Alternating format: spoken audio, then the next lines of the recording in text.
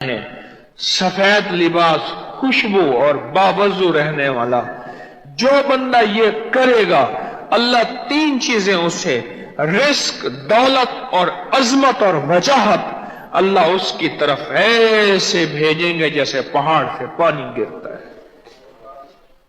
اور جو اپنی مجبوری میں سفید لباس نہیں پہن سکتا پیشے کے اعتبار سے یا جیب کی تنگی کے اعتبار سے، کبھی کبھی سفید لباس اس نیت سے پہن لیا کرے، انشاءاللہ اس خیر میں شامل ہو جائے گا۔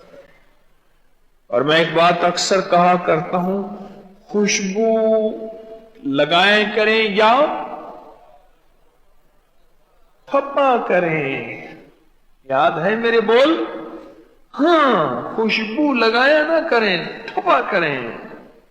پھر دیکھیے رب کمنگری اور دولت اور عزت اور برکت اور راحت اور سکون اور رحمت کے دروازے کھولتا ہے۔ کیوں؟ خوشبو دو چیزوں کی غذا ہے، ایک فرشتوں کی، ایک نیک جنات کی۔ جو چوڑا جن ہوگا، خبیث جن ہوگا، اس کی یہ غذا ہو ہی نہیں سکتی۔ جیسے میں نے آپ کو یاد ہے عرض کیا تھا، بیری کے درخت پہ ہمیشہ نیک اولیاء جنات ہوں گے اور ضرور ہوں گے، اور بیری کے پتوں کو ابال کے جادو کا علاج کیا جاتا ہے۔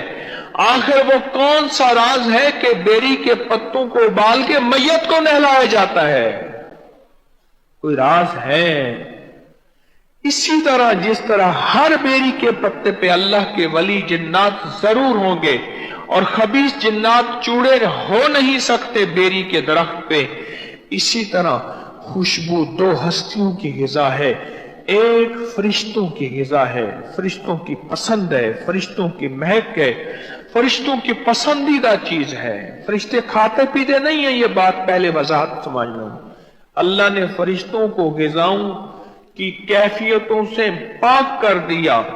غذا سے مراد یہ کہ ان کی پسند ہے، اور دوسرا نیک صلحاء صالح جنات، یہ ان کی غذا ہے، ان کی تو خود غذا ہے نا۔